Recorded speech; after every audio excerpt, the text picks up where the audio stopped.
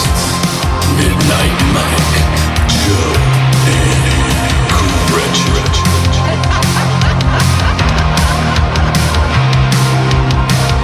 Excuse me.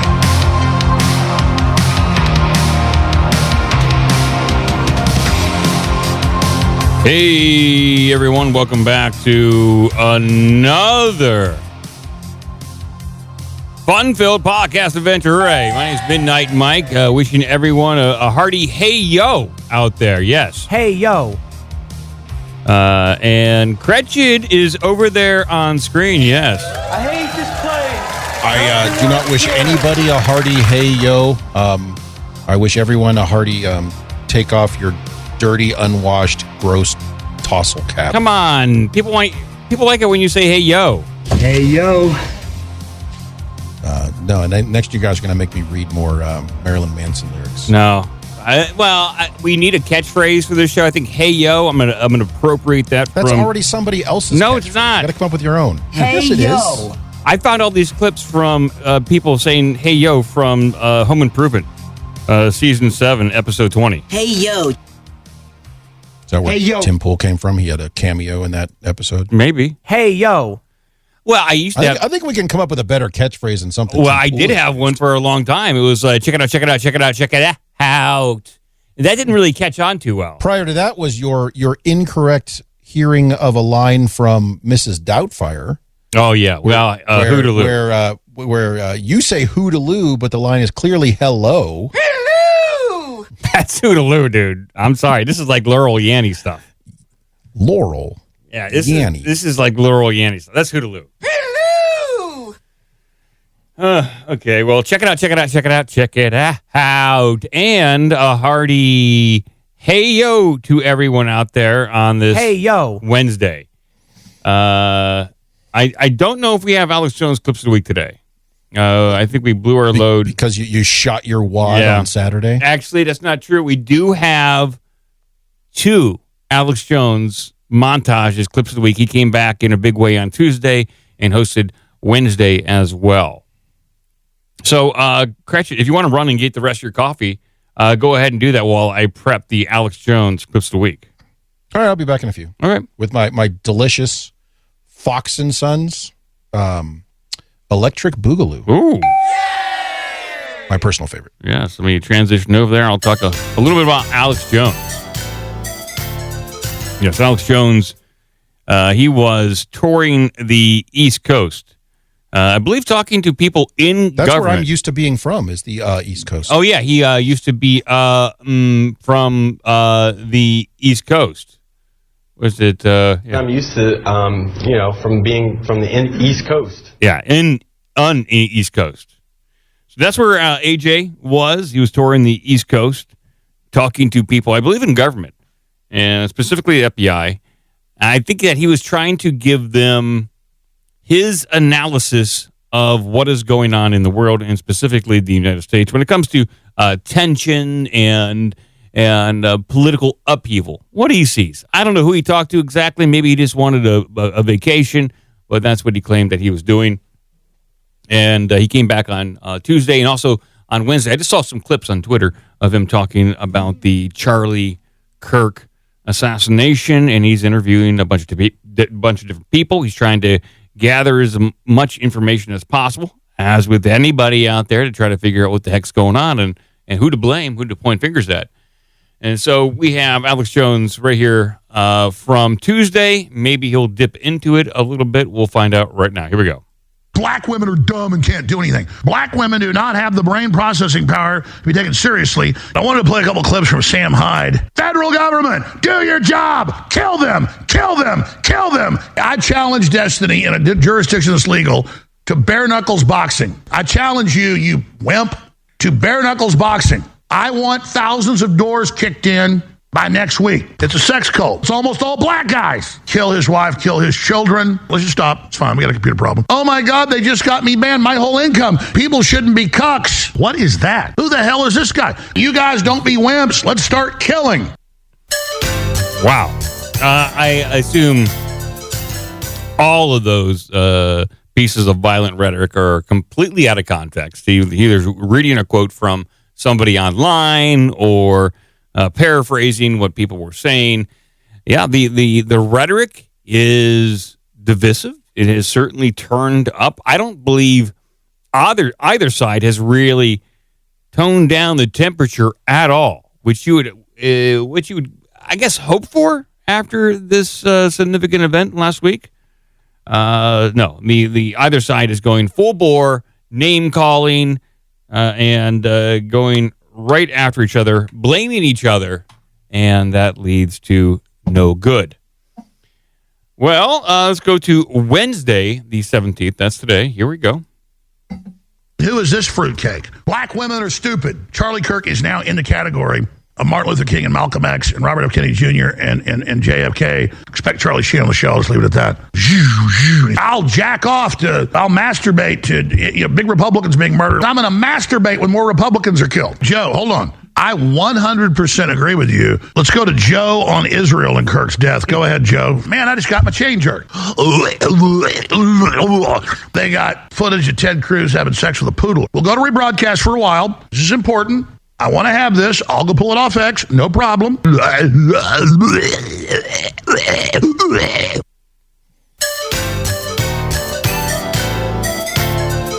was a lot of Foley work. He did a lot of Foley work right there. That'll go right next to these.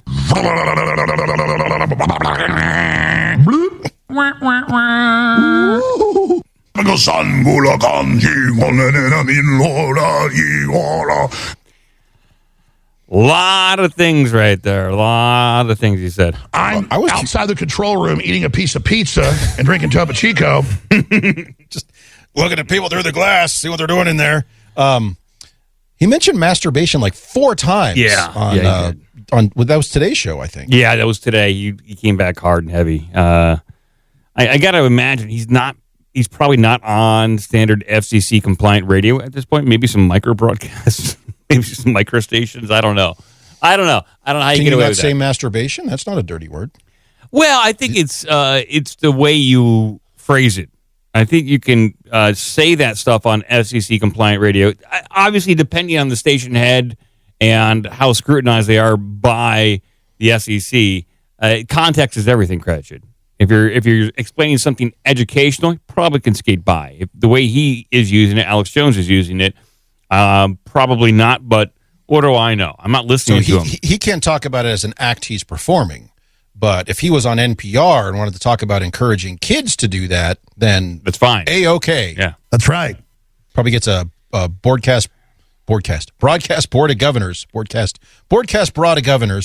medal for doing that. You probably get some kind of award, some kind of terrific, amazing award, a Peabody Award. Yes, a Marconi, our Marconi Award. Was Peabody for written journalism? I think so. I think Bill O'Reilly got a Peabody Award. I think so. Yeah.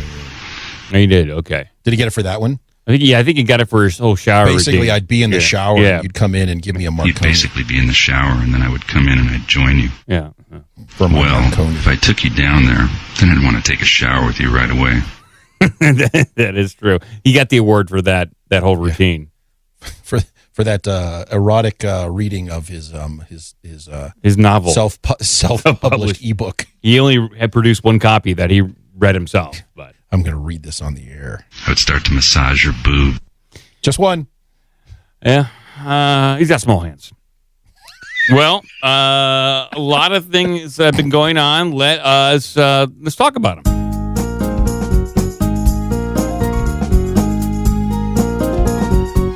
So the headline of this podcast for people listening live, watching live, is the top 3 Charlie Kirk conspiracy theories. Why not? This is a thing. This has been going around. But to kind of catch people up, since last time we talked, the authorities in Utah, who I'm not sure if I trust entirely, they released I believe the text message between the alleged shooter and the alleged boyfriend going to be girlfriend situation. Did you read up on these text messages, Cratchit? I saw the text messages that were written in the most grammatically correct full sentence format I've ever seen. I've never seen so well thought out text messages. I think the biggest giveaway for me was every text message, every possible one was used in full, like MLA APA style. Dear sir or madam, it's to whom it may concern. It's quite bizarre. Here it is. This is from the BBC. The BBC published this, and it's up on screen here. Either this was generated by somebody, or it was FBI rehearsed, and this is like an after the event. We are going to put this back and forth. We're going to text this to each other back and forth so I can make sure I clear you of any wrongdoing. I don't think it was that well. Maybe not, but I do have a dramatic, because I don't want to read this entire text back and forth. Can we get Jeff Goldblum to read them? What I will do, I'll have Gary Busey as the shooter, and then Steven Seagal will be the boyfriend. Why is Gary Busey holding two handsets? He really wants to communicate with somebody. He wants to be heard in stereo. He does. Gary Busey's heard in stereo. So here is the text between Robinson and roommate, the dramatic reenactment. Here we go. Drop what you are doing. Look under my keyboard. What? You're joking, right? I'm still okay, my love, but I'm stuck in Orem for a little while longer yet. Shouldn't be long until I can come home, but I gotta grab my rifle still. To be honest, I had hoped to keep this secret till I died of old age. I'm sorry to involve you. You weren't the one who did it, right? I am. I'm sorry. I thought they caught the person. No, they grabbed some crazy old dude, then interrogated someone in similar clothing. I had planned to grab my rifle from my drop point shortly after, but most of that side of town got locked down. It's quiet. Almost enough to get out, but there's one vehicle lingering. Why? Why did I do it?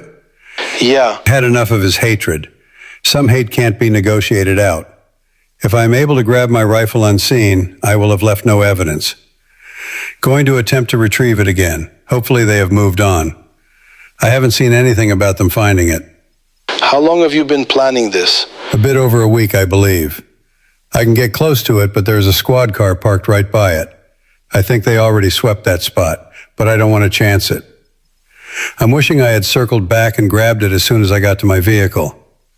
I'm worried what my old man would do if I didn't bring back Grandpa's rifle. I'd deke if it had a serial number, but it wouldn't trace to me. I worry about prints. I had to leave it in a bush where I changed outfits. Didn't have the ability or time to bring it with. I might have to abandon it and hope they don't find prints. How the expletive will I explain losing it to my old man? Did he say expletive? Only thing I left was the rifle wrapped in a towel. Remember how I was engraving bullets? The expletive messages are mostly a big meme. If I see notices bulge ooh-woo on Fox News, I might have a stroke. All right, I'm going to have to leave it. That really fucking sucks. Judging from today, I'd say Grandpa's gun does just fine. IDK. I think that was a $2,000 scope. Delete this exchange. My dad wants photos of the rifle. He says Grandpa wants to know who has what. The feds released a photo of the rifle, and it is very unique. He's calling me RN, not answering. Since Trump got into office, my dad has been pretty diehard MAGA. I'm going to turn myself in willingly. One of my neighbors here is a deputy for the sheriff. You are all I worry about. Love. I'm much more worried about you. Don't talk to the media, please. Don't take any interviews or make any comments. If any police ask you questions, ask for a lawyer and stay silent. Yeah, extremely detailed, spelled out everything. Every little nook and cranny, every little question is answered right there in those text messages. It's too convenient. It seems so silly. I don't know anybody that texts this much. Why not just get on the phone and talk to each other? That was an extreme amount of expletive from Robinson. Extreme amount of exposition, you mean? Exposition, yes. Not expletive.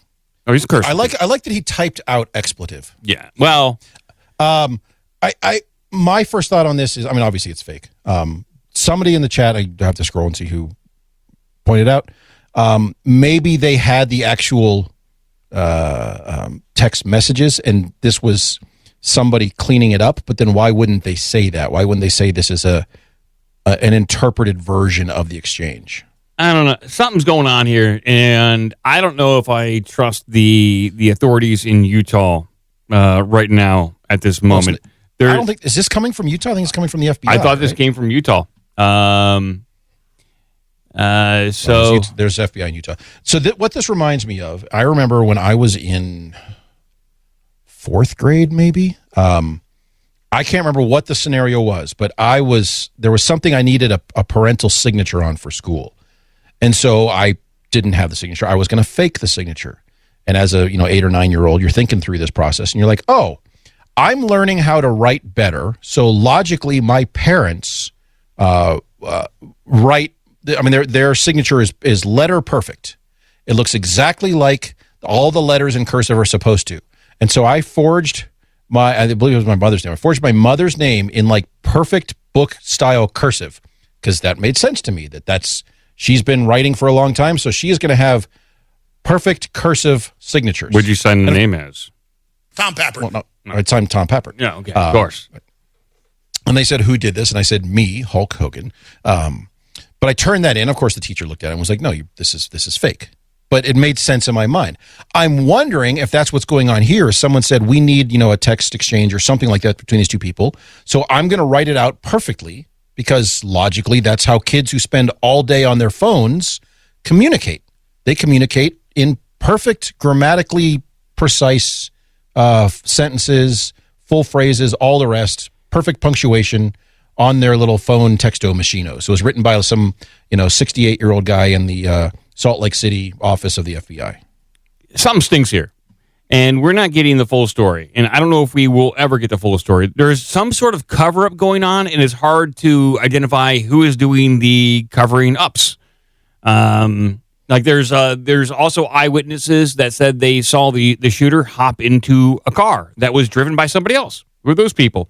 I know FBI handler. Kash Patel was testifying in front of the Senate and today in front of the House, and he divulged that they are investigating a number of different people in relation to this. It just seems like, I know we want more information than what we're getting right now because there is an active investigation. I get you have to keep some stuff pretty close to the chest while the investigation is going on. You don't want to taint the jury pool. I suppose if this guy. Then why would they release this? That's the thing. So I think there is a statute in Utah where they have to release evidence to the public within 5 days. But do you have the actual text? I have images of this text. Do you have the actual raw text? Yes, I do. In the BBC article I posted. Okay, thank you. I want to check something here. There's just a lot of unknowns here. Things are a little squirrely. Also, there hasn't been any explanation of the drones, at least one, that was obviously flying over the event at the time of the shooting. Well, I thought we covered that. I mean, that's either from Turning Point themselves, because this was the start of some long nationwide campus tour thing, whatever, or it was from some group at the university who had that drone, and that drone has probably been seized for evidence. Well, be that as it may, it needs to be accounted for. And there are a number of people in the audience that seem to not care that bullets are being fired and also cheering the entire thing on, or just completely nonchalantly not worried about getting shot. Like they knew it was going to be 1 or 2 shots and that was it. So there's a lot of things not accounted for. Also, Utah just so happens to be one of the leading states when it comes to transgender surgeries. And really? Yes, it's. I would not have guessed that based on the heavy LDS presence there. Well, the Utah governor is a very progressive Republican, and he has put in place during COVID a number of DEI policies, and also I believe also operating out of Utah is an NGO, Guns for Queers. And so Utah seems to be ground zero for a lot of different things, and we're not getting a lot of answers. And I don't know. Get your shit together, Utah. I don't know if Kash Patel is up to the job here. There might be too many things to unwind for a couple people within the FBI to really get their hands around what exactly is going on here, and that they're just trying to quickly clean this up, make it go away. Yes, this guy is going to plead guilty. We don't know, but I doubt we're ever going to get the answer. But that's why we're going to go to this article here by Gizmodo, Cretchen. This is Gizmodo. That's who I go to for hard-hitting journalism. Especially conspiracy theories. The biggest three types of conspiracy theories about the Charlie Kirk assassination. So Charlie Cook. By the way, in honor of assassination-related conspiracies, I have my my National JFK Museum mug from Dealey Plaza. Oh, nice. Got that at the museum. If anyone's not been to that and you're in the find yourself in the Dallas-Fort Worth area, highly recommended. So I real quick before I get to this article, I captured this during the hearing today. I mispronounced Charlie Kirk, but this was a sitting representative. Politicizing the murder of Charlie King to go after free speech is not a legacy I believe Charlie King would have wanted. He said it twice. He said Charlie King twice. So that was interesting. And then this was said about. So before I get to the article, this was said in the Senate hearing when Kash Patel was questioned about Epstein. A chance to say, since 2019, I've sought greater transparency about Jeffrey Epstein and the government handling of the matter. I've continued to investigate during this Congress.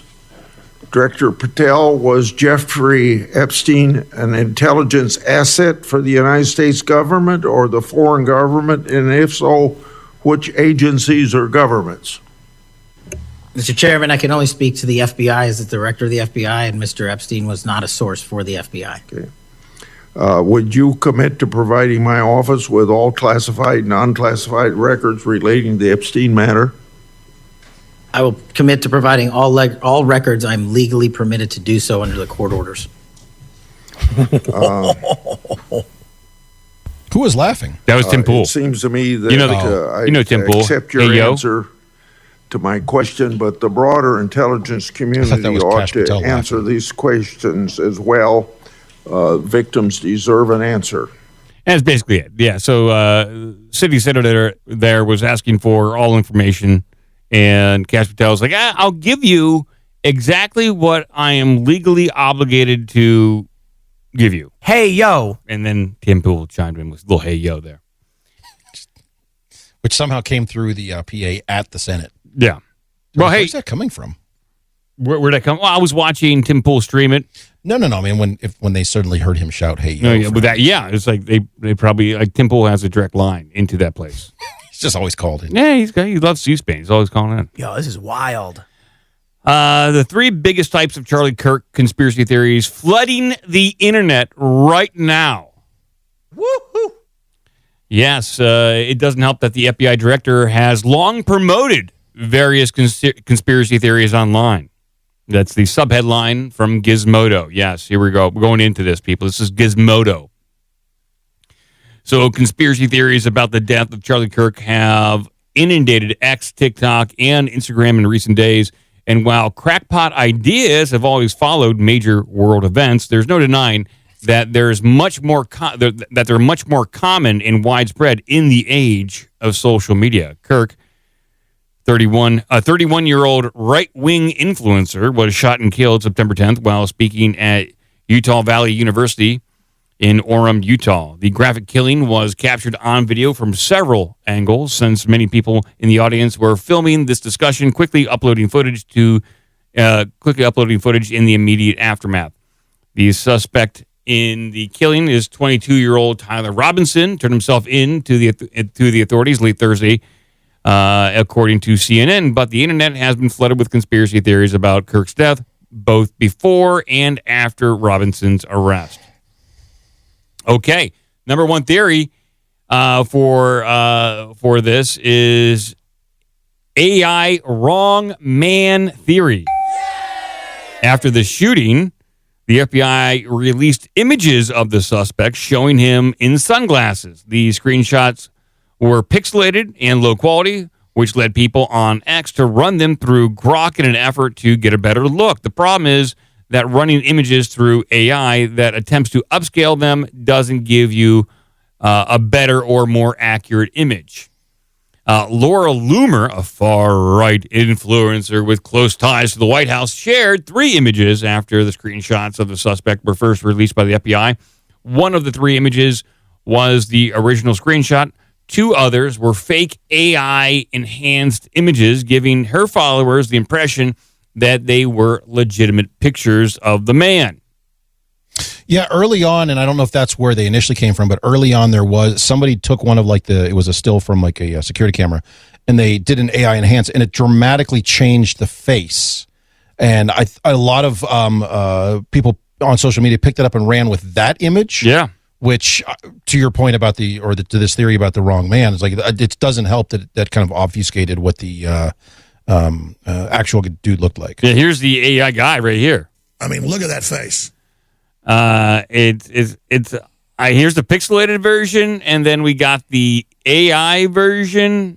And this is like maybe a more reasonable AI version, but I don't know. I don't like this kind of stuff, especially for when it comes to like law enforcement. Mm-hmm. They can basically make it fit anybody. Yep. Yeah, because I mean, someone's pointing out there, Mag 1077. Yes, you're right. The shirt changed because AI is bad at interpreting logos and things like that. Yeah. But to your point, Mike, yes, they could say, okay, we want to blame this on this dude, Midnight Mike. Yep. We're going to take a photo of your face. We're going to take this and say enhance it, but blend it with your face so it looks enough like you that people would say, oh, that's clearly Midnight Mike. Oh my! Don't do that. That's not good. Let's do it. No. Well, Hulk's doing it all the time. Yeah, so I can see that. We looked at this problem earlier this month when people on social media were running Donald Trump's photo through AI. The upscaler gave Trump a gigantic lump on his forehead. Oh, I want to see that one. Where's that one? I want to see that one. Oh, right here. It he has a gigantic lump on his forehead. I love that. Oh, well. That's a good one, though. Yeah. That was the one where they said because he hadn't been seen in like 5 days. So yes. Of course the world is over. People were speculating. And then he went golfing, and they're like, "Oh, well, that's fake Trump. It's some dude in a mask. So let's run it through AI because the photo was from really far away." And yeah, it clearly messed with his face melting there. I mean, his mask was coming off. So this is how conspiracy theories take off now. They're incredibly predictable. In fact, when Gizmodo saw folks on X running images of the suspect in Kirk shooting through Grok, we knew people would inevitably compare those fake images to the real mugshot. And sure enough, that's exactly what happened. Yeah, they don't really look too much alike. The AI versus the mugshot. But that's who they got. That's who they're going with as the shooter. AI or not. They got somebody. The lips are wrong. The nose is wrong. It got everything kind of wrong. But they were able to, look, white dude. Got him. Yeah, well, yeah, he's a white dude. And so they got that. It's a black dude with a ponytail. No, not that we know. No, Alex, the other guy. White dude with a bold action is what they're going with. Okay, the second theory that is taking over the internet. Just look harder theories. Another big bucket of conspiracy theories might be best described as just look harder theories. The idea is that if you stare at someone in the background of the video in Kirk's talk, you'll discover a conspiracy hiding in plain sight. This is a common tactic on X as millions of people were watching the extremely graphic video of Kirk dying across all major platforms. In the hours after Kirk was shot, a popular theory emerged that someone standing to Kirk's right was giving hand signals to some unseen shooter. Well, it did appear as though there were some hand signals being given. Now, this could be for any number of reasons, not necessarily to shoot Kirk, but to signal something that another bodyguard may interpret. Another part of Kirk's team, maybe to change positions, maybe to notify that, hey, we're going to be going to this area next. Who knows? And obviously, the FBI or the authorities will have to investigate that and let us know. But I doubt they will. You sure that wasn't the signal to steal third? Could be. It's hard to say. I guess any theory is up in the air at this point, Gretchen, so we don't know. Maybe it was steal home. All right, third. I'm sorry, steal third is what you said. Or it's getting the go-ahead from the third base coach. Steal base 2. There were clearly no hand signals, as anyone could see. I don't know about that. The one they're showing down here, it does look like just some guy adjusting his shirt, but I saw some other people doing some hand jiving. I saw some real hand jive going on there. Hand jiving.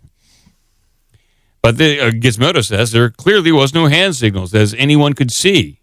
And that's not what I saw. But the power of suggestion, combined with watching the same horrific event played over and over, convinces a lot of people that perfectly normal behavior, one guy just had a phone in his hand, was somehow suspicious. One of the most outlandish claims still circulating on social media is focused on a man who was standing near Kirk during his talk on campus. Sean Morley, a former WWE wrestler who went by the name Val Venus, has helped share the theory that the unnamed man used something called a palm gun that was concealed in his fist as he moved his shirt sleeve to kill Kirk. I've seen that theory. Like it's a small little gun the size of a cell phone that you can fold out, and it's like one shot. And the way that person would have had to position his hand, he'd basically be firing blind underneath his armpit, and which is incredibly it's like a trick shot. Something Annie Oakley would do. I doubt that that guy was doing it. But the theory's out there. Let's see. The claim is absurd, and it appears that the online dipshits have only gravitated to the idea because this is what Gizmodo's saying is the online dipshits have only gravitated to the idea because the man in the video scratches his arm at the same time that Kirk was shot. In all seriousness, it was, as you can see in the censored clip from below, there is no evidence that the man was doing anything other than touching his own arm, which I agree. He just looked like he's moving his shirt. And that guy was clearly a member of the security detail. Yeah. No, I'm sorry. There was the other guy. The other guy on the other side. Oh yeah, the guy off to Kirk's right. Left. It's left. Right? Stage left. The guy in the dark shirt. Oh, okay. Stage left. I didn't know. Yeah, okay. He's visible in that same guy is visible in other videos of Charlie talking to people. So. Yeah. And then theory number 3. Everything is trans theory. Okay. This is according to Gizmodo here. Another bucket of conspiracy theories around the death of Charlie Kirk includes the idea that the killing must have been perpetrated by someone who is trans. The false idea that trans people are disproportionately represented as killers seems to have roots in the 2023 school shooting in Nashville that killed 7 people, including the shooter. The perpetrator in this case was indeed trans, and now X is flooded with claims that the shooter must be trans whenever a new mass shooting makes the news. As PolitiFact notes, trans people are much more likely to be the victims of violence rather than the perpetrators. Yeah, this was a huge thing that went on. And while the shooter wasn't trans, he was in a relationship with someone who was transitioning. And just coincidentally, there were a lot of X accounts that were linked to trans people that just so happened to have foreknowledge or at least predicted that something big would happen on campus that day, which is an incredible amount of lucky guessing for all these people to guess. So After Kirk was killed, at least 3 different trans people were falsely blamed for the shooting. That's not good. A post went viral with wild claims about various people who had absolutely nothing to do with Kirk's death. Yes, this is what happens when people are just looking for someone to blame. You blame everyone. Like there are still people blaming MAGA. They're blaming Nick Fuentes. And people are grasping at straws, desperate to blame somebody. After it became clear that the suspect in this case was a cisgender man, I don't know about that. Maybe I don't know what that means. Though? I don't know what that means. The internet mobs tried to find other trans connections whenever they could. Well, there is, as I stated, like he's in a relationship with a man who's transitioning, and Utah is a prominent pro-trans state. I'm not even making judgment. I'm just trying to tell you that that's what it is. Accept it or not. Thursday, let's see here. Okay. The Wall Street Journal initially reported Thursday that the bullet casings found at the scene were in some way expressing transgender or anti-fascist ideology, citing a bulletin from the ATF. And while the newspaper edited the article later in the day to say that such a claim should be treated with caution, the damage was done. It turned out there was nothing on the bullet casings that mentioned the trans community. I don't think the bullet casings mention the trans community. No, I don't think so. Well, and the annoying thing about the bullet casings is we keep hearing what was engraved on them. We haven't seen a single photo. Yeah. We're not seeing too much here. Let's see here. It's So those are the major ones. Well, they didn't even mention in this one Israel. They mentioned nothing about the Israel. Shut up. I'm just saying, we're talking about the top, like according to Gizmodo, like the top 3 conspiracy theories, and they didn't even mention Israel as a major conspiracy theory here. Who's Gizmodo? Who's paying for Gizmodo? Who's running this place? Now, the conspiracy theory behind that one, I guess, number 4. Maybe 4? Would be that Charlie Kirk was privately talking to close confidants. I'm talking about people, Tucker Carlson. We're talking about, who's that, the other Fox News, ex-Fox News, Megan, I forget her last name. Megyn Kelly? Megyn Kelly. And expressing some doubts about America's close connection to Israel, and that supposedly Charlie Kirk was turning his back on Israel, or at least not being so enthusiastic about America's support of Israel. That's the rumor, and because of Kirk's wavering support, Israel instantly decided to take him out, which I don't know if I believe, because that would be a fairly quick turnaround, and I wouldn't like, there's still opportunity for them to shove more money at Kirk and Turning Point USA, to resort to assassination of one of the biggest thought leaders and one of the biggest proponents for Trump and the youth movement in America. Seems like a pretty radical move, and it seems like that would be like a last resort for Mossad in Israel. It's not like move 1. That's like move 15. So I don't know if I buy that. It seems like whoever's behind this, mission successful, that it has divided America even more. Everyone's blaming each other, and we still don't have the answers of what exactly is going on here. What are the exact motives, other than what we have out of the text messages that this guy said he killed Kirk because there's no negotiating with that type of hate monger. Even though you probably could negotiate. You probably could. I think you can negotiate with most people. So, yeah, very divisive, and kind of sad. Very sad that this is what it's come down to. But nothing new. You got anything else on this question before I move on? Because there is more division, and I want to just, before you get off the top 3 conspiracy theories, I want to let you speak your piece about this. No, I mean, I think we're still far too early on some of this stuff to find out what's happening, and it doesn't help that they keep releasing stuff, which makes it worse. Yes. Okay. I mean, and let me rephrase: muddies the waters. Muddies the water. Yep, that's what it's doing. Very muddy water. We got a lot of milk. You got milk over there? Is that what's happening? A lot of milk.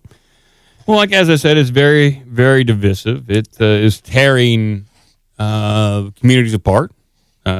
Just when the healing was beginning, people. Just when the healing in this country was beginning, we're being torn apart again. Was it? I don't know. Was there healing? Did I miss it? There was some healing going on. Like, for instance, as you know,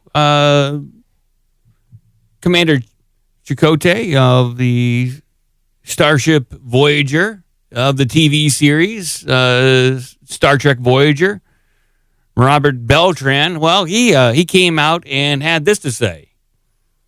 Charlie Kirk was first a Christian. Even in the most hostile places, he spread the gospel with patience and love.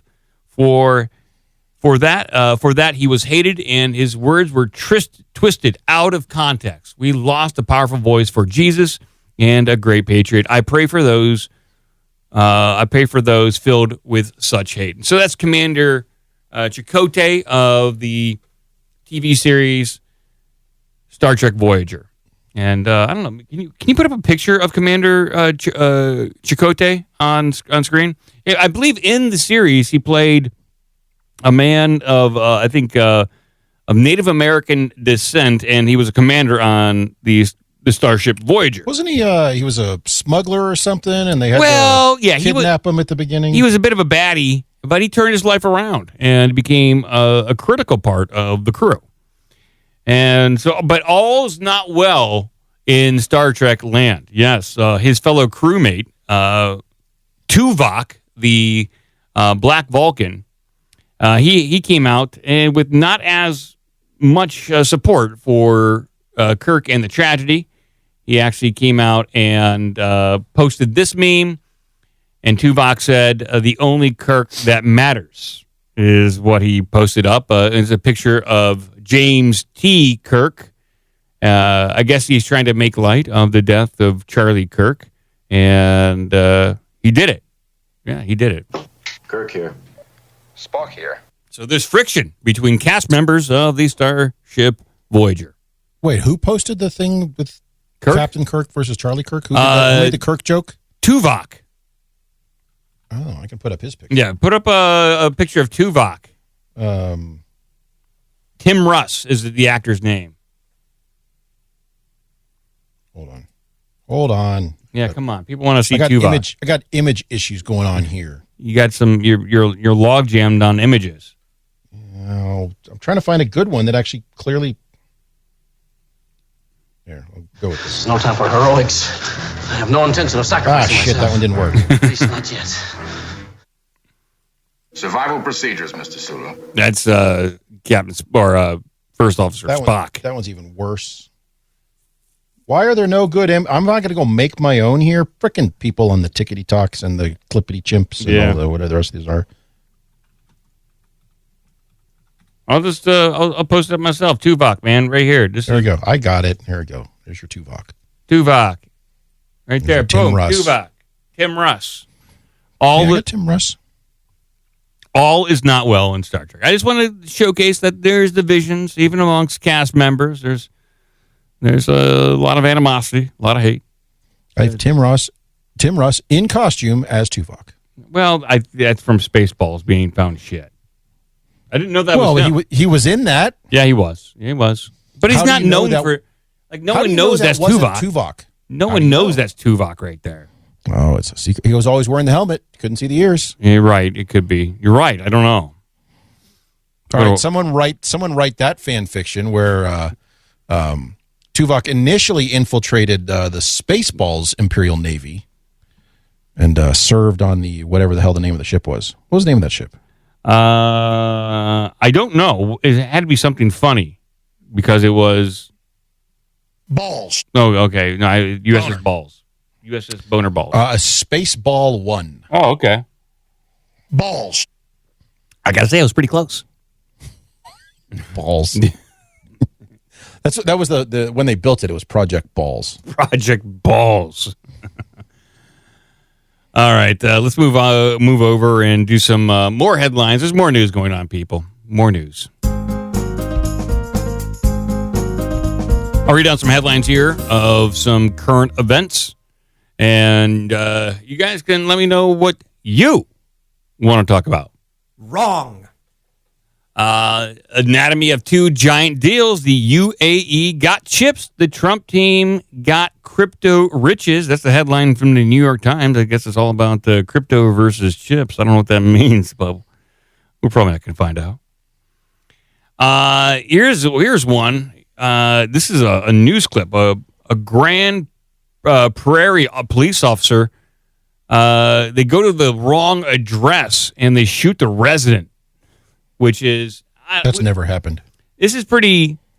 It's pretty interesting what happened because they shoot him, and then they arrest him after they shoot him. That's what you for assaulting that bullet. Yeah, that's what you want to do to somebody. It's like, hey, I'll serve you right for getting in the way of official police business. Here it is. I'll bring it up on the screen. Let me get this all set and ready. Here you go, poo-poo. Hold on. Yeah, I thought we were kind of over this kind of shenanigans, but apparently not. Grand Prairie police shot and wounded a man in his own garage after they went to the wrong address. Good evening. I'm Steve Eager. It happened overnight in a neighborhood near I-20 and Beltline Road. Fox 4's Vanya Castillo spoke to the man who was shot. Vanya. Yeah, police admit they went to the wrong house, but it doesn't change the fact that they shot a man who says he believed he was protecting his house from criminals. They're lucky I didn't fire. At 1:45 a.m. Friday, Grand Prairie police responded to a 911 call of an active disturbance and, according to them, knocked on the door for 5 minutes. What I saw is the garage door opened. I saw 2 pairs of legs, so I raised my pistol, ready to fire. Police say officers seeing this feared for their lives and shot their weapons, hitting the man in the leg. The only thing is that man, Thomas Simpson, was never a suspect. Grand Prairie police say the address belonging to the neighbor who called 911 popped up wrong in officers' computer dispatch system. They were at the wrong home. Once I saw the shine off their badge from the lights, I tossed it to the side, I get shot in the leg, I dropped to the ground to comply, and then they opened fire inside the garage after I'm on the ground trying to comply. So that's an extreme, excessive amount of force. I'm going to say racist stuff. When they're at the wrong address. Police say shortly before the encounter, they knocked on the door for 5 minutes in a well-lit area. Simpson said he was already alerted because his dogs were barking and says officers never identified themselves. Because I would have never raised my pistol if they would have identified themselves police or Grand Prairie police. Obviously, I'm not going to raise my gun to a cop. But I didn't know. Simpson says police forced him to drag himself down his driveway and handcuffed him and everyone inside his house. Even my children, 13-year-old and 16-year-old, had to sit in the back of a cop car in handcuffs for 4 hours. I have to do it. While I was at the hospital till I could come back here. There's no way that is standard procedure. This family is now demanding answers. Say, saw their daddy get shot. We're going to talk to lawyers and go after everybody responsible for it. They need to pay. They need to learn there's consequences to their actions. For now, Simon is at home recovering. Straight through the front here, come out the back here. They told me they stitched it the best they could, but they can't close it because of the type of wound it is. In addition to being shot, police are pursuing a criminal charge against Simpson. They're referring a case of aggravated assault with a deadly weapon against a peace officer to the Dallas County District Attorney's Office. Simpson's also in the middle of a move. I'm getting a little bit of a limp. Everyone's making me rest.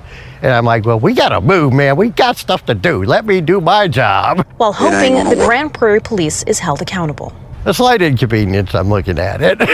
I'm trying to be positive about it. There has to be something positive to come out of it. Hopefully, they'll follow their police procedures in the future because from what it appears, a lot of the actual procedures were skipped. I'm a Texas man. Now, we have reached out to the Grand Prairie Police to see if they did verify themselves verbally, but we have not heard back. Back to you. All right, Vanya, we'll see that charge. Yep, it's a good thing they charged them with was it aggravated assault there. So, oh boy! All they have to shout is, "Look out! They're aiming for Charlie Kirk," and they can just shoot him. Yeah, apparently you get a free pass or Nazi in the garage. There's another garage Nazi. Now that's a children's book that didn't sell as well. Yes, who shot the Nazi or Nazi in the garage? A Nazi in the garage. Yes. So that's unfortunate. Yeah. So here's another headline article here. I'm just going to read this. So I'm just going to read the headline here. Guided by angels, pursued by chemtrails, the weird world of Florida health chief's influential wife. Yes. I love that headline.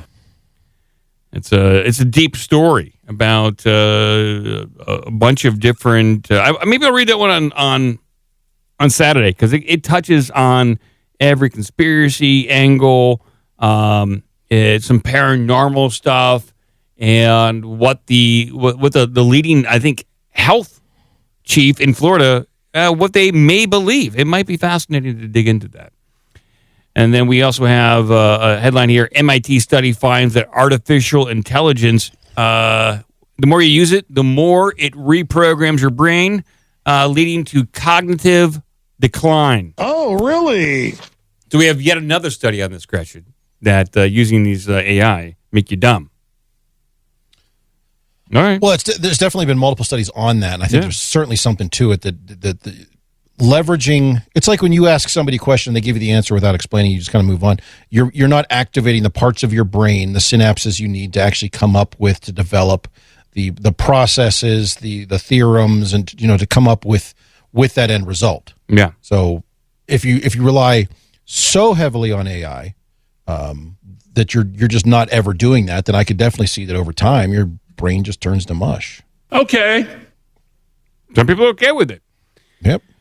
Then we have this one. Scientists, we may soon know how to stop dogs from aging, and humans could be next. That sounds good. A little too late for me and my buddy Bogey, but maybe some good news for other people out there and their dogs. I don't give a crap. Scientists say they have evidence that we live in a simulation, crash. They have the evidence now. They have the documents. Oh, really? We've got the documents. They got the documents now, yes. Did they print them in the simulation? Probably. And there are protesters rallying outside Peter Thiel's Antichrist lecture in San Francisco. Yeah, you covered this last time. Well, I covered that Peter Thiel was Thiel, whatever you want. I guess there's no T or there's no H. You don't no do T. Heel. Okay. I covered that he was doing a 4-part series. What this headline is now, they are protesting. They decided to galvanize and unite. I'd love to see the signs that they're holding up, like Antichrist welcome or Antichrist go home. Maybe they Satan go home. Yeah, what are they protesting here? Really, a guy talking about the Antichrist, or are they trying to usher in the? Well, that's what I'm wondering. We had the story where they were talking about, even though he hasn't done these presentations. I don't know what you want to call them, these talks, but it's a 4-part series.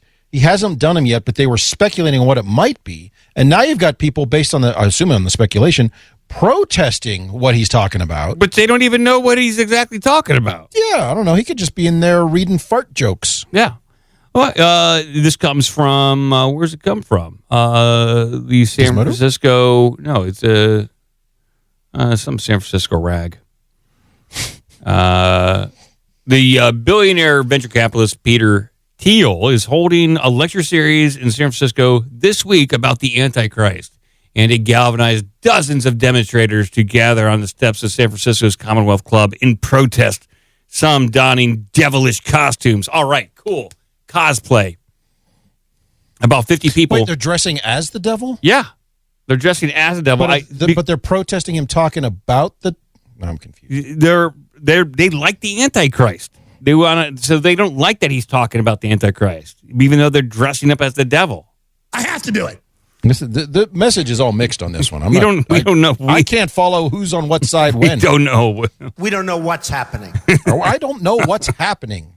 About 50 people gathered outside the club's Embarcado Euro office building. I don't know how to pronounce that word. I don't think I said it correct. Oh. I don't said it. Let me go look. Which word are we looking at? Yeah, which story is this? It is the protesters rallying outside Peter Thiel's Antichrist lecture. Hold on, I got to prove I'm not a robot. Yeah, you can do it. Fire hydrant. Motorcycle. Embarcado Euro. Embarcadero. It is From Bocatopenia? So Embarcadero is a part of San Francisco that's near the bay. There's a street called Okay. That's where Thiel is giving his 4-part lecture series on the Antichrist, the demonic false. Well, he's giving a 4-part lecture series on the Commonwealth Club, yeah. About the demonic false Messiah that Christians believe will begin the second coming of Jesus Christ. One protester wore a devil's mask, and a separate group dressed as Satanists carried signs with messages like "Embrace darkness, hail Thiel." And wait, we have competing protesters? I guess so. This is great. What's going on here? So we've got two different groups who disagree with each other about something they haven't seen or heard. Yeah, and then there's another message that says the end is near. Palantir is the path. Thiel leads the way. Protesters said the choice of Antichrist was ironic, adding that Thiel himself deserves the title, which maybe they're not far off. Like I said, I said he could step into the role of being the Antichrist if he so chooses. Let's see here. Thiel is the founder of Palantir. We know that. Outside the Commonwealth Club, 59-year-old John Fox told the Chronicle that Thiel is using technology for evil and criticized his largely male followers and audience. Quote, "It's a bro culture," Fox said. It's a complete crypto-fascist bro culture. Maybe. Susan, who is 69, said the Antichrist theme is a way to steer the conversation away from Palantir and away from him personally. Well, if he wanted to do that, he wouldn't hold it as a private event. He would do a 4-part series on YouTube. Yeah, or put on Netflix. Yeah, there you go. They love Satanists. So, I like that they're protesting. It doesn't really... We don't know exactly like what they're protesting. It sounds like they're protesting him as a person. Like they don't like him as a person. So. Well, there's that. I mean, there's definitely that element. It's the same thing that happened to Elon when he came out in support of Trump. Yeah. Now, anything that Elon does is bad. Yes. Yeah. I mean, I still know people who are all in on Twitter is a cesspool and all that. I'm like, Twitter seems to me to be exactly the same as it ever was. Yeah. Balls. These same people who, some of them who literally own Teslas are now, this stupid Tesla truck is a piece of junk. Blah, blah. I'm like, okay, just do whatever the media tells you to. Yeah. And they pivoted on a dime on some of that stuff. They certainly did. So the same thing with Peter Thiel. Peter Thiel said anything remotely positive about Trump, now everything he does is terrible and it will end the world. Yep. That's it. Basically. I don't necessarily disagree. I mean, I'm not a fan of what he's doing with Palantir and all that crap, but it's just like, if he would have supported the other side, yes. Would he be A-okay? Yeah, if he would have donated to Biden and Harris and all that, everything would be fine. So, but let's move on and talk about some weird stuff. This article comes from Live Science. Okay, Live Science, people. So keep that in mind of what we're talking about here. This is some weird, wild stuff, okay? But it's real, and it's all happening. Yes, it is. So up on screen here is the headline for everyone. Police. Camera trap in Chile detects strange lights blazing through the wilderness. Researchers are scrambling to explain them. Okay. Yeah, so basically, they have a trail cam, and they are capturing giant blazing orbs on the trail cam. So, on January of 2025 here at 12:22 a.m. local time, in the silence of darkness in Chile's Patagonia region, a camera trap used to monitor wildlife for a project run by the university captured in 2 seconds 3 photographs showing intense lights moving downward. Everyone was baffled. On the camera, located at the edge of a meadow, quite far from any public road, and focused on a flat horizon, some lights appeared that we cannot explain, said biologists from the university. Apparently, these lights, which are initially distant, approach and remain in front of the camera, dazzling it in a movement that appears to be descending. So Kirk is one of the leaders at the Public Baseline Project, which uses 65 camera traps distributed between the continental regions of 2 different regions there in Chile, on the southern tip of Chile, to record terrestrial animals, in particular felines. Since the project began in November of 2023, at least 365,000 images and videos have been collected. However, only these 3 photographs show this phenomenon. The UMAG shared the images with a variety of organizations, from Chile's General Directorate of Civil Aeronautics to the La Sierra UFO Museum, and several people who analyze anomalous aerial phenomenon. Potential explanations range from an arachnid coming very close to the camera lens to a plasmoid, a short-lived form of plasma rarely observed in nature that may be behind a phenomenon such as ball lightning. However, all specialists agree that for now, there is no conclusive explanation. The sighting is unique because it's recorded within the framework of a scientific project, the researcher said with the Environmental Study Group, and that members of the Baseline Project confirmed it. That means that there is no possibility of fraud or manipulation, as the camera traps operate under rigorous protocols and are equipped with infrared systems, motion sensors, and other features that would preclude people from tampering with them, he argued. So there we go. Possible real-life interesting lights. You can call them UFOs, UAPs, captured by a scientific team down there in Chile. And they go into a big discussion here. So the local people traditionally speak of bad lights, which they believe are spirits that appear in fields. This raises the possibility that the camera traps are finally capturing a phenomenon that has been long recognized in the region. But if these strange flashes are the bad lights, what exactly are they? Well, I'm going to pause right here. So a lot of times, and you'll see this like with people going out looking for Bigfoot or investigating any kind of eerie phenomenon in the woods. There are strange reports, especially at least in America. I don't know about Chile, but at least in America, of lights in the woods. This could be some disembodied voice, maybe a soul-trapped apparitions. But regardless, it tends to go hand in hand with a paranormal activity that wants to lead you further into the woods. It's almost like they're enticing you to follow them. They want you to go on the chase. Isn't that's more traditional with wisps or fairies? Right? Yeah.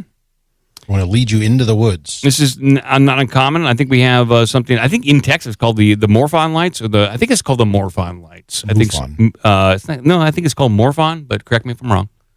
Not MUFON lights. I don't know. Isn't MUFON the organization, the mysterious UFO, whatever? There's the Marfa lights in Texas. Oh, Marfa lights, yes. Yeah. Good name for Marfa, Texas. Marfa Lights. Yeah, I think so. I just want to. Yep, Marfa Lights. Okay. Yeah, I was just misremembering. Yeah. Lifeline's in the chat. Lifeline, go down there and find these lights. Yeah, Capture one, send it to Mike. So one possibility is that the lights are unidentified aerial phenomenon, possibly from a mysterious flying object. Some declassified Pentagon files on UAP show similar characteristics, Bravo added. Generally, poor quality data means that most UAP sightings cannot be confirmed or explained, but common explanations include foreign spy drones or airborne clutter, such as birds and weather balloons. So these are self-illuminating weather balloons. Swamp gas reflected off a Venus weather balloon. Yeah. Mm-hmm. Yes. Let's see here. They wrote a report saying that the lights are internal lens reflections. Okay, but reflections of what?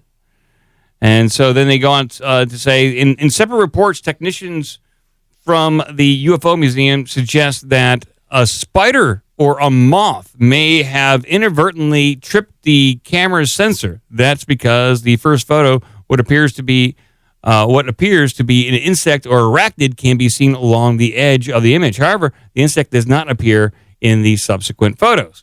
While one possibility is that the insect triggered the camera, this would only explain why the photo was taken, not why a bright blob-like light appeared, said Christopher Riffo, director of the UFO Museum, who is also a consultant to for the UMAG report. Riffo noted that the camera traps are designed to minimize false positives caused by insects, lasers, or other stimuli. He thinks that the rapid sequence of photos in which the light appears to move towards the camera is baffling and hard to explain. You work at the UFO Museum, okay? Why are you... We only cover UFOs that are not baffling and easy to explain. By the way, I do like that they suggested, the one post they said they suggested it could be a spider or a moth. Yeah. And I'm thinking, in both of those scenarios, why not add man to the end, which makes it that much more exciting? So it could be Spider-Man or Mothman. Yeah. And that makes it much more intriguing, and you're going to attract many more people that would want to come down and investigate this. Because if that headline says, UFO Museum blames Mothman for triggering trap cameras, I guarantee you already pulled that story. Oh, yeah. Are you the Hulk? Are you Superman? Are you Batman? Are you Aquaman? Are you a this? Are you a furry? Are you a reptoid? Are you an alien? Yeah, any one of those things. Yes, I'm all of those.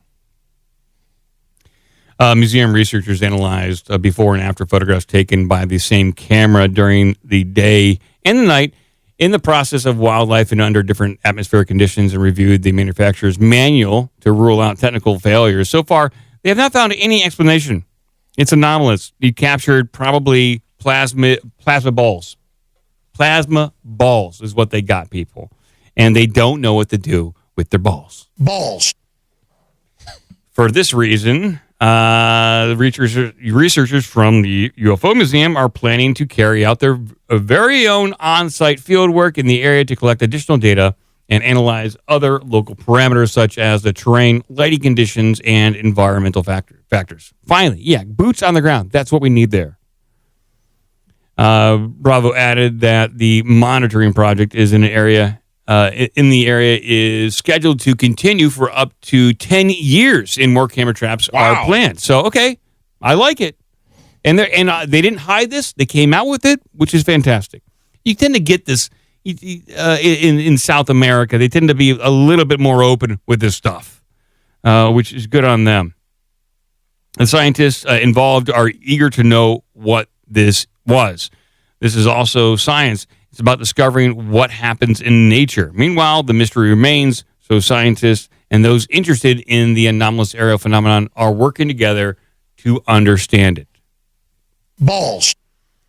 Well, I like this, and so this is not the first time this kind of thing has been studied. It has been studied, I believe, in Northern Europe not that long ago, early 2000s. And so they concluded, so in that I believe it was called the Hessdalen Project of Norway from 2000 to 2004, or researchers from a university in Norway and Italian researchers collaborated to research this particular valley where people were seeing these, what people call Earth lights, which is, exactly what we saw here in this trail cam footage. Like they'd pop up, people saw them for as long as people were in the region, and they were like, you know what, we're going to take our cameras out there, we're going to take our magnetometers and our radars to monitor this anomalous phenomenon out there. And that's exactly what they did. And they came to the conclusion that, there are balls of light or flashing lights that appear in the sky in this particular valley, which is the Hessdalen Valley in central Norway. And sometimes that these flashing lights or these luminous orbs move at incredible speeds. And they had a huge flap of these between 1981 and 1984. That's when a lot of people are talking about this stuff. And by the late 90s, the sightings were a little bit more rare, but they were still occurring. And then so that's when they took out all their gizmos to start measuring what the heck was going on around there. And so the Norwegians were on this for a long time. And so the key findings of the study were that several lights showed continuous spectra in line with thermal plasma. So these were plasma-like balls. They traveled at high velocity. Radar tracked these luminous targets moving as fast as 30 kilometers per hour, but much faster at certain points in time. Some of the lights detected on radar matched visual sightings, indicating they were not just an optical illusion or a lens artifact. The duration, they could last for anywhere from seconds to over an hour. And so when it came to like the energy output of these things, that what they could roughly estimate, suggested a fairly significant amount of power, not just coming from camera noise. So they measured this stuff. But so the theories they came up with back in the early 2000s that these things were dusty plasma, ionized dust and aerosols in the valley that they were monitoring, where they somehow formed long-lived plasma balls stabilized by electrostatic charges. That's one of their theories there. Another theory was geoelectrical discharges. Local geology, the metal-rich bedrock there, high quartz content and groundwater movement could generate some energy in combination with ionizing air above the fault lines to generate these lights. And then they also had to come up with the UFO hypothesis that some reports, especially by UFO groups visiting, pushed the nuts and bolts aircraft UFO idea, but these core people at doing the research said, we don't have any evidence for that. But there is anecdotal reports that while they were doing the study and the preceding decades, that the towns around this valley did experience a whole host of like UFO activity, alien abductions, alien encounters, and that this valley where these lights in Norway appeared to be the epicenter of this activity. So it's possible that down there in Chile, they have discovered their very own ball of light valley that they need to monitor and explore. So maybe just another portal. They found another portal. Great, good for you. Invite me. I did find a much higher resolution photo from the same series, and I think it clearly explains what was actually. Oh, I see. There. Yeah, it's Batman and Spider-Man and Mothman dancing in front of a trail cam. That would freak you out. If you saw that, I wouldn't go hunting out that place no more. Maybe they vacation there. Maybe. That's where they go just to get away from all the crime fighting and terrorizing of former, TNT factories, which is what Mothman did. He liked to haunt the rundown, abandoned TNT factory in Point Pleasant, West Virginia. So. Collapse that bridge on people. Yep. Well, Cratchit, I have yacked enough. Do you want to do some strange news? Yeah, but before we do that, I did put something in the carrot shop there at the bottom. This is the a newest submission. Okay. That is in incredibly bad taste. But, okay. You might run it for a little bit and see what you think. Yeah, I did something similar. That was what I ran before the show. We just, great minds think a lot.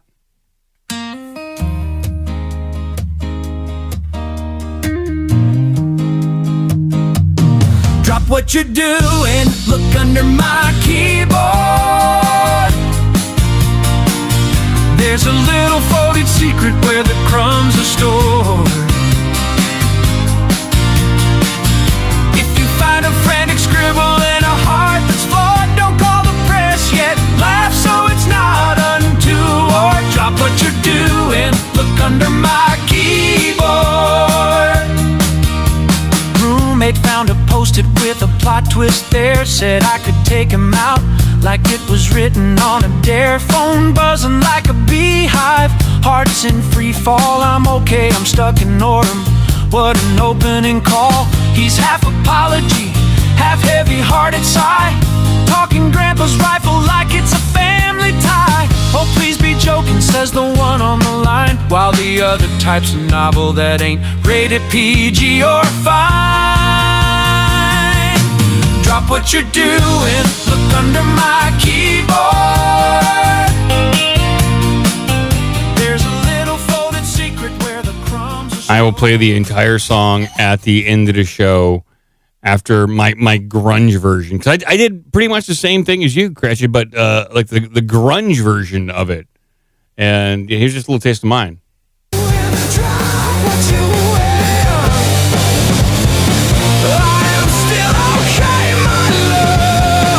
Yep.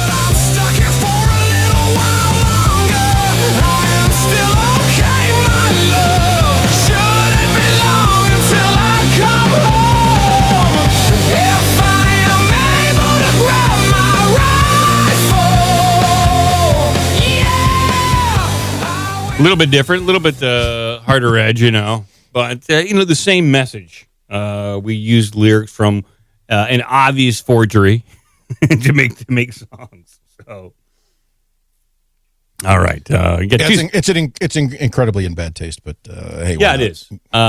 But that's what we do here at our Big Dumb Mouth podcast is bad taste. But that's the way it goes. A lot of art is in bad taste. Here we go. Let us move over and talk about some real news, Crasher. What do you say? All right.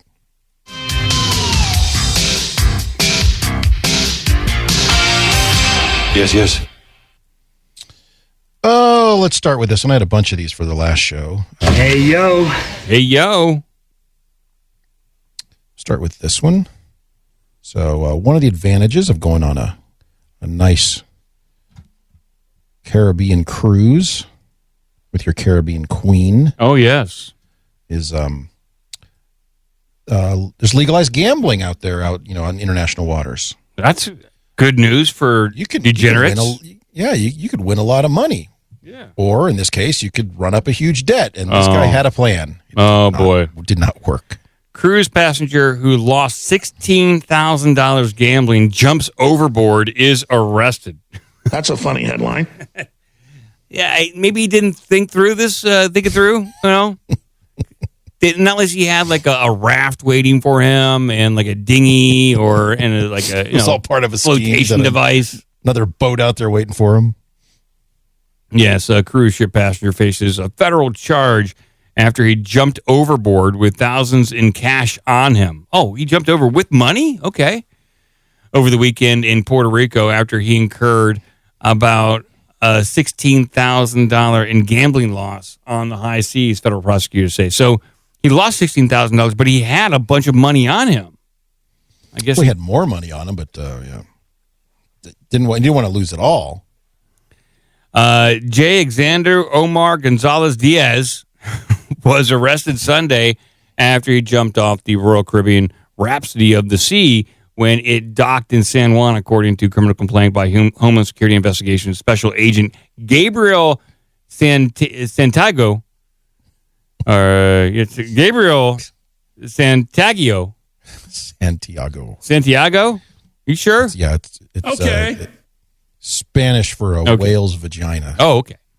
He has been charged with failing to report the transport of monetary instruments over $10,000 from outside the U.S. That's what they got him on, not for skipping out on his bill.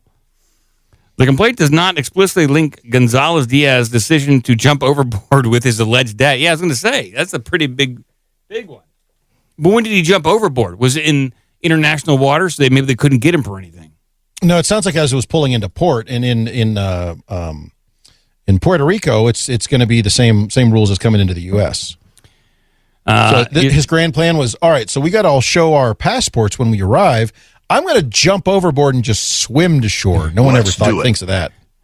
A spokesperson for the U.S. Attorney's Office in San Juan on Thursday declined to disclose whether Gonzalez Diaz was tied to gambling or explain why authorities cited the fact in the complaint. Gonzalez Diaz was fished out of the waters by I like how they said fished out of the water, by a passerby on jet skis and was taken ashore where customs... what if there's a reward? Could they claim a reward? I get 10% of him? You don't even know what you're picking up sometimes out there. You just see this guy floating. I don't know what this is. Two guys from Boston on vacation. Jay says it's a fucking big sea turtle. Maybe. Jay told him to hook that shit. He'll get on the news. And he did have thousands of dollars on him, so it was probably green and all that stuff, so who knows? Let's fucking hook that shit, and we'll be on the fucking news, man. No, he's fished out of the waters by passerbys on jet skis and taken ashore where Customs and Border Protection officers found $14,600 in cash on him, the complaint says. Oh, man, look at this fucking thing. Oh, man. It's got $14,000 on it. $14,000 that he had on his person. Did he get that from one of our favorite guys? We don't know. I tell you what, I'll give you $14,000. The criminal complaint alleges that Gonzalez owed the Royal Caribbean cruise line $16,710.24, almost exclusively associated with casino and gaming expenses. When Gonzalez Diaz was asked to explain the jump, he told the investigators in Spanish that he did not want to report the currency in his possession because he thought he was going to be taxed on the duties for bringing in the currency, according to the complaint. Well, of course you're going to get taxed on it. Also, they're going to wonder what the hell you're doing with $14,000, especially on a cruise ship where Hulk Hogan was last seen. This could be a problem. Mm-hmm. The Royal Caribbean Group spokesperson declined to comment, saying that this is an ongoing investigation, and we're working with the authorities and don't have any more information to share. I'd like to know, is this the first time this happened, or is this a common tactic by gamblers at sea? Well, so there's a follow-up to the story where the FBI released a series of text messages between this guy and his alleged accomplices. Oh. Okay. Yeah.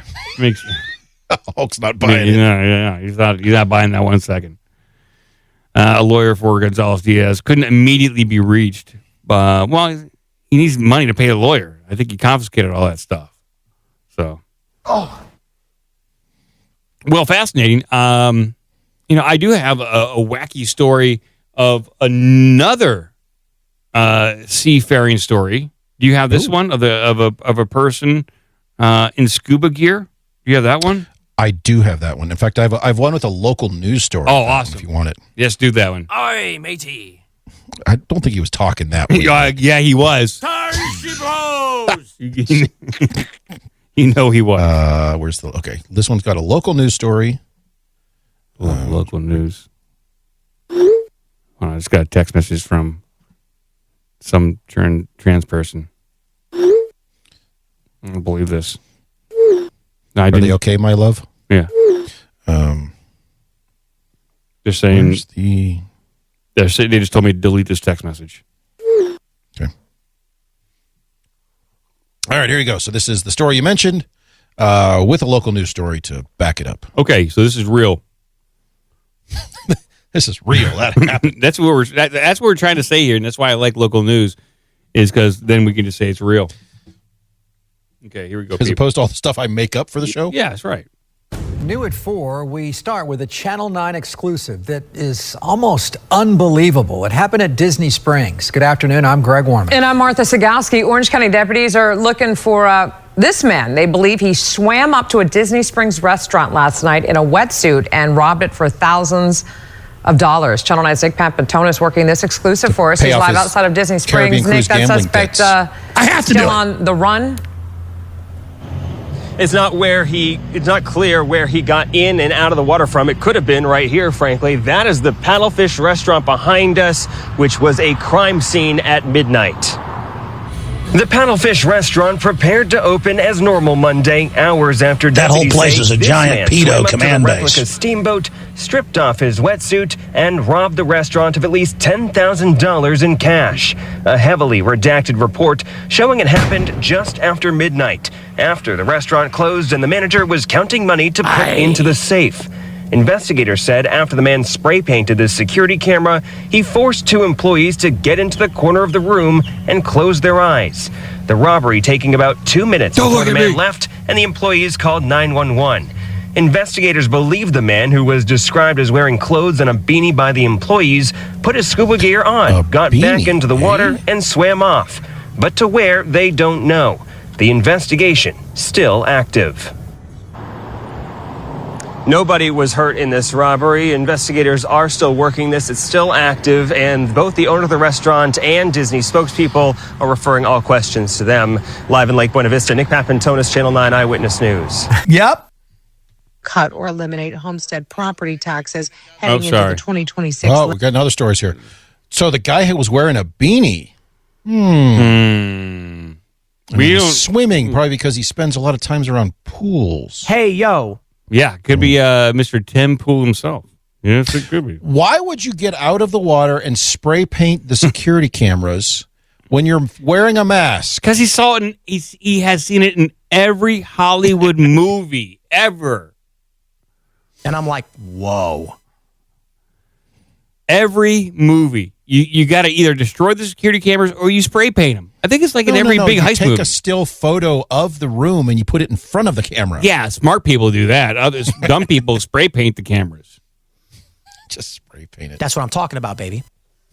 Because, that stops the camera from recording everything up to that point. Yeah, of course. How much money did he get? Between 10 and 20, or more accurately. Almost the range that is required to pay off that gambling debt in Puerto Rico. I'm wondering, where was this? Was this guy recently on a cruise? Yeah, possibly. It's like, I got to pay off that debt. Go rob a Disney restaurant. Turn my $14,000 into 2 guys from Boston who dragged me over to the cops. Let's see here. Hopefully, this guy's still on the run, though, isn't he? Pretty, yeah. I mean, this is pretty clear cut. This guy is home free at this point. We can't find any criminals unless they're turned in by a family member. Turned in by a family member or 2 guys on jet skis. Oh yeah. Where was the jet ski patrol in this case? Exactly. Where are they? These local jet ski vigilantes to solve crime for everyone. Two ruffians and jet skis. We can't solve casting out their own brand of justice. Unless someone's turning these people in, or we're getting text messages. We can't get anything done. Okay, we're too busy. So text jet us. Ski justice. Text us. Text us if you committed a crime. It's much easier. Yeah, please send us your perfectly grammatically correct and well formatted text message exchanges with your compadres. We don't care how believable it is. We'll use it. Sounds good and it fits the narrative. Run with it.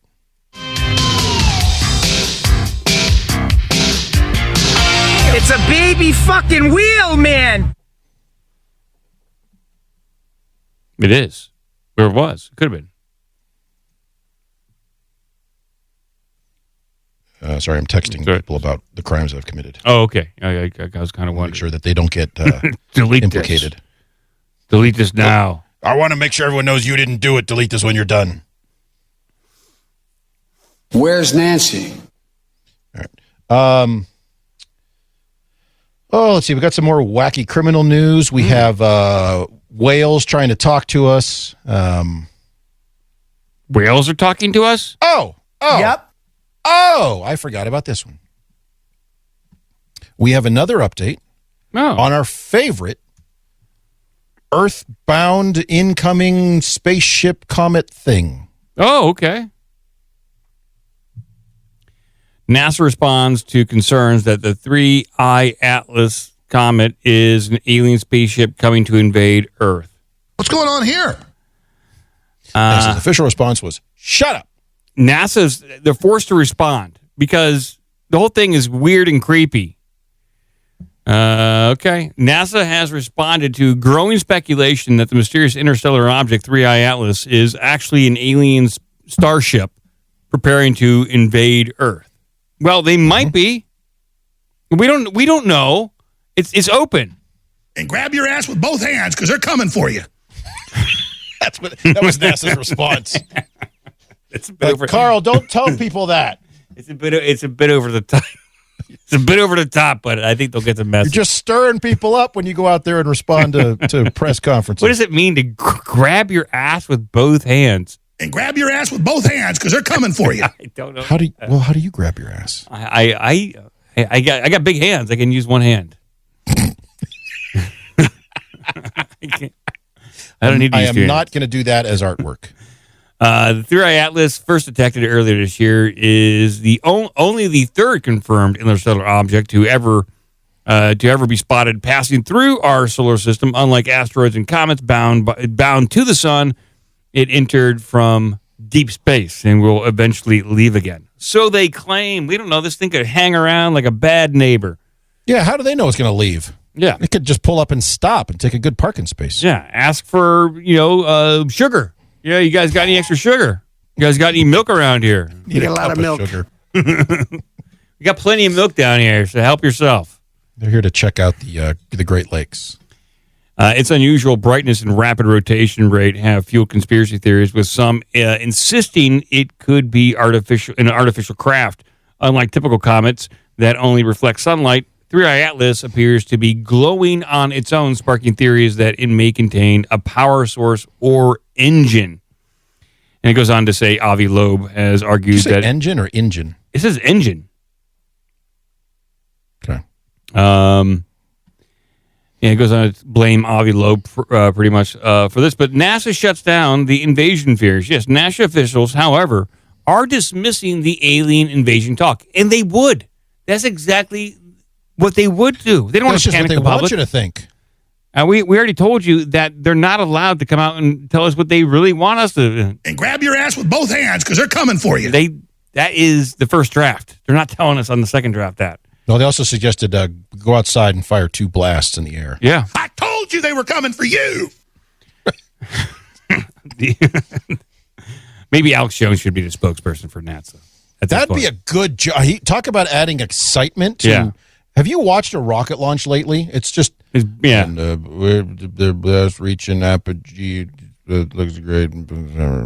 I'd love to see Alex Jones at the podium for NASA. It'd be great. I took my shirt off and walked in Rob Zoo's office. It's by the bathroom, and I said, "Look." Shirt off. He's got a giant bowl of jalapenos, just chomping away. Fix the toilet. Just barking orders at people. Shame on you.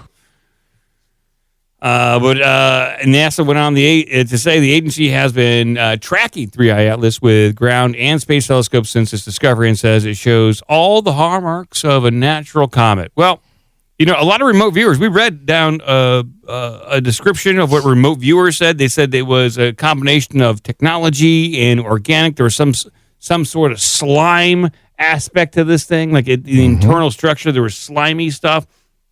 Another group of remote viewers indicated that there could be like weird AI or robotics involved, and they drew descriptions of these robots, and they look like 1950s sci-fi robots that these remote viewers were seeing on this thing. So I don't necessarily believe NASA, and I don't know if I believe the remote viewers, but at least remote viewers are giving us content.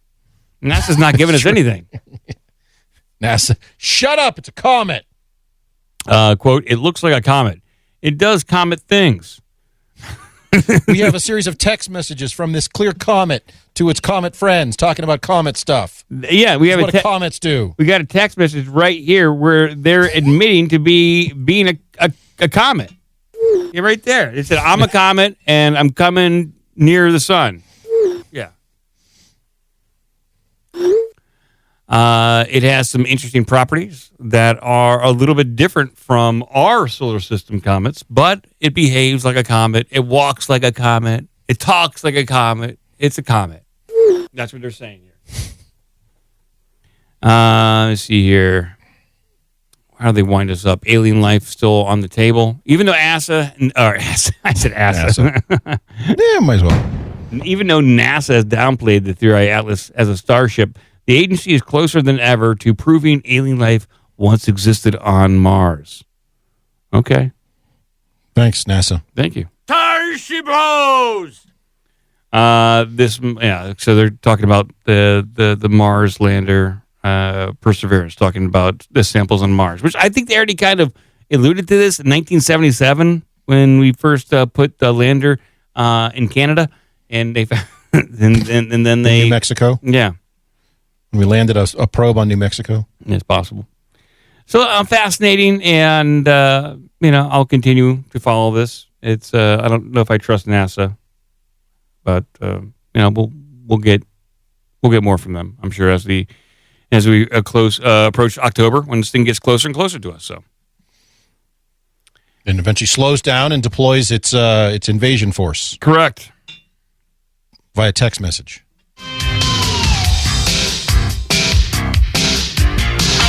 Get off my plane. I did get an image here of the jet ski patrol catching the wayward gambler. Oh, let's see that. Oh, you have Spider-Man and Mothman on jet skis tracking down that overboard gambler who's chasing the money. Pretty good image. I like that one. That says it all. This is what they do on their vacation. Vigilantes. I'd watch this movie. I don't even know what this movie's about, but I would watch it. This is a syndicated TV series. I would watch Weekly Adventures of Spider-Man and Mothman. Oh, it's like Jet Ski Justice. We could do it like a reboot of Miami Vice, but with Spider-Man and Mothman. Oh, this is great. Miami Vice, but Spider-Man and Mothman. I like it. Because dispensing justice. It's down there on the water. It could be kind of interesting. You still have some hot chicks and babes, and we'll throw Don Johnson in there too. Why not? We got to get as the captain. As the captain, yes. As the grizzled captain.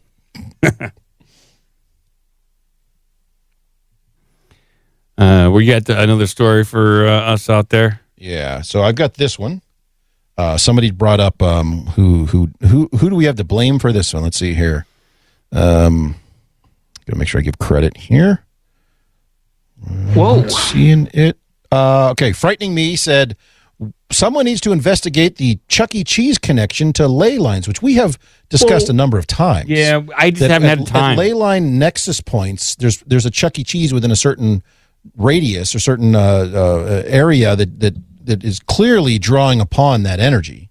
There's something going on with the Chuck E. Cheeses where either their construction, their architecture draws crime to the area and fights.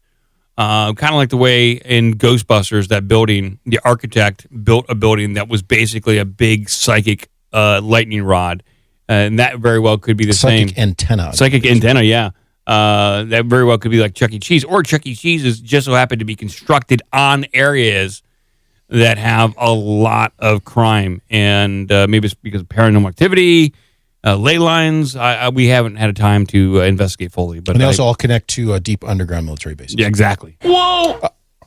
So this one comes from our, like I said, we have Chuck E. Cheese related news. This comes from our Dutch news agent, Herman. Oh, good. About Chuck E. Cheese going international. Wow, really? It's about time. Spread the crime way. Yeah, we need to get that Fight Club going international. All right. Chuck E. Cheese heads to the UK. Man, I got mixed emotions about this one. The entertainment chain joins the likes of Raising Cane's and Dave's Hot Chicken and Chick-fil-A by expanding into Europe amid strong consumer demand for U.S. restaurant chains and fighting. I put the last part in there because they didn't put the fighting part. That's the only reason why you'd want Chuck E. Cheese into your country is if you want more crime. Well, or a place where you can go if you want to burn off some calories. Yeah, that's a good way to do it. Because you like fighting, but maybe you want a little bit of pizza and video games with it. Chuck E. Cheese has signed a multi-unit agreement to open in the United Kingdom for the first time, the company said on Monday. This is remarkable because Chuck E. Cheese, by all accounts, is on the decline. And you'd imagine they would have done this in their heyday, the mid-'80s, maybe very early 90s. Yeah. Mm-hmm. And that would have been the time to expand. Now that they're on the decline, maybe they'll find like a new customer base in the UK with the Muslims, possibly. I think maybe the Muslim immigrants will find Chuck E. Cheese appealing. Is pizza halal? I don't know. I don't know, but they do have a large population over there, and maybe there's a demand.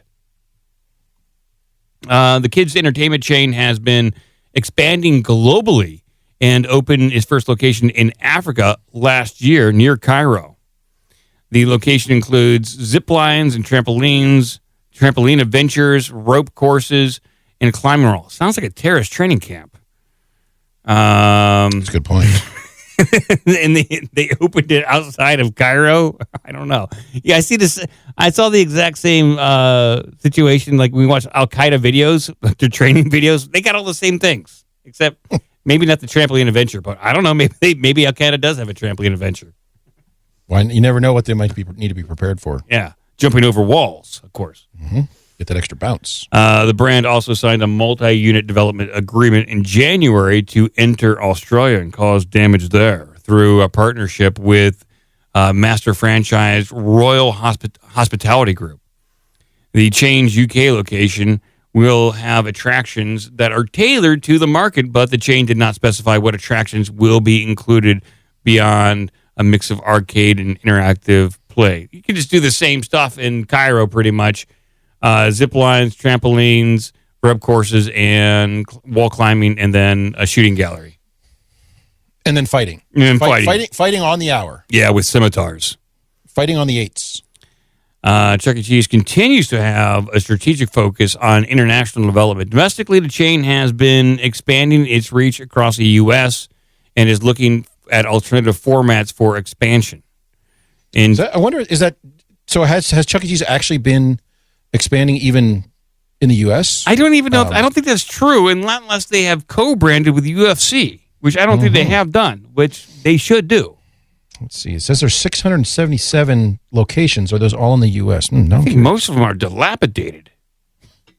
Most of them are just covered in blood. Yeah, I don't even know if that's what they're saying is true. This is bullshit.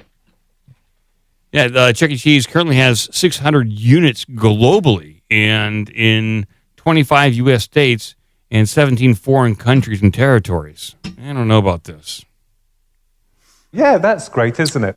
It says they recently announced plans to open an active play center called Chuck E. Cheese Adventure World, featuring larger versions of the Adventure Zone seen in standard Chuck E. Cheese locations.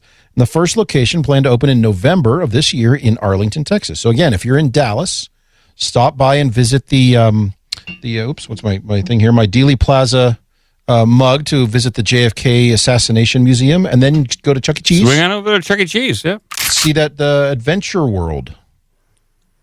Be prepared for a good time. Bring some Band-Aids. Bring some Band-Aids. All right, Chris, let's do one more quick one. What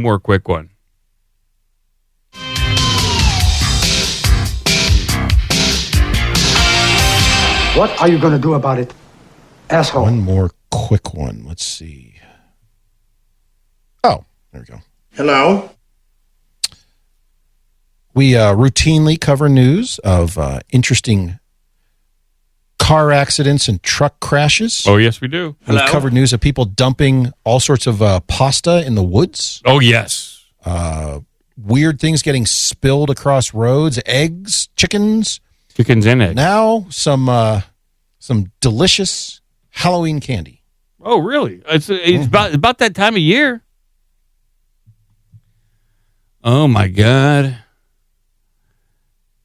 M&M spill across New Jersey highway after tractor trailer crash. That's some good news on that front. Oh, God. We're just looking at all these are little fun packs of M&Ms.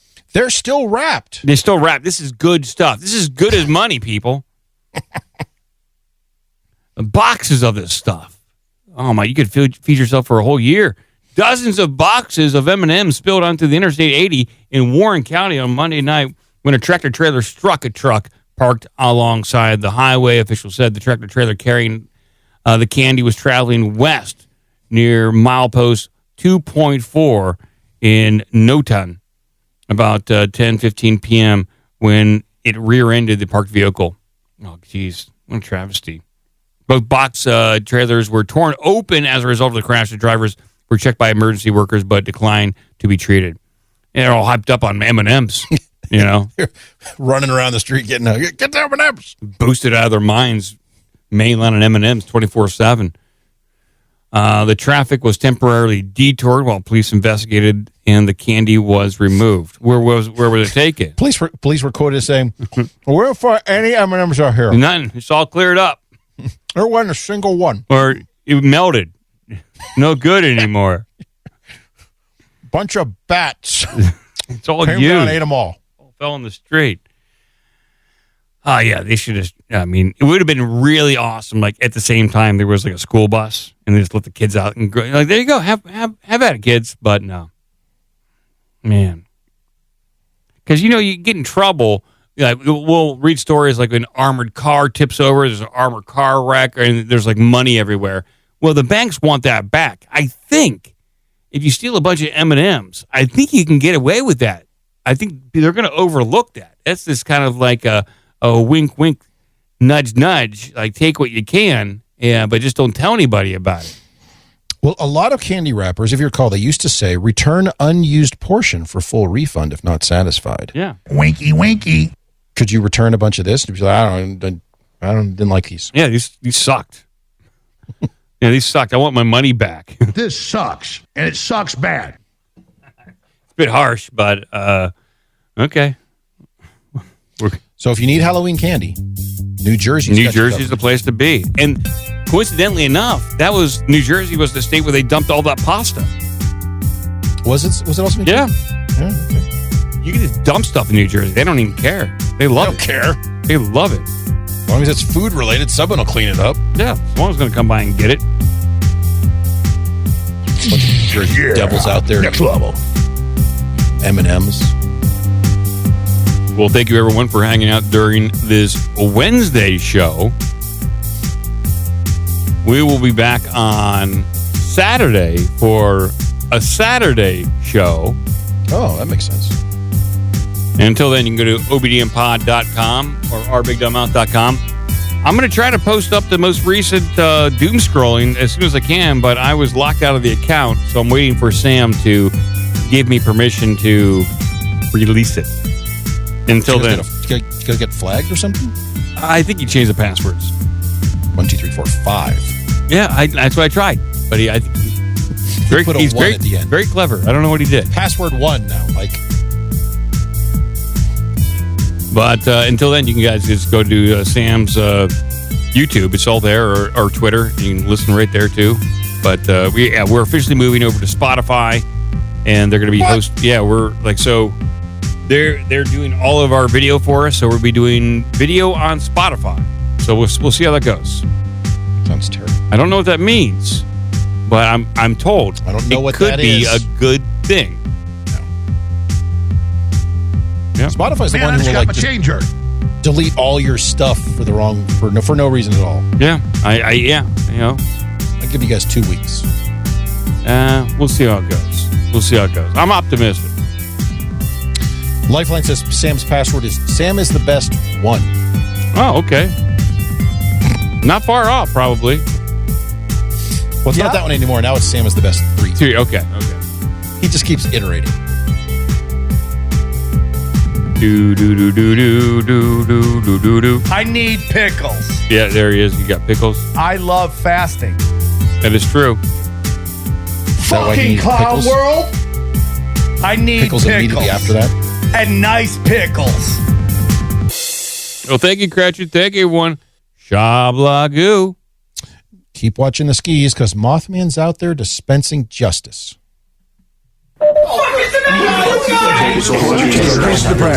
I love fasting. People deserve respect. What in the world? You know, this is all phony. This is all baloney. Right here. It's a total fabrication. We got you. You called a plumber to your home lately?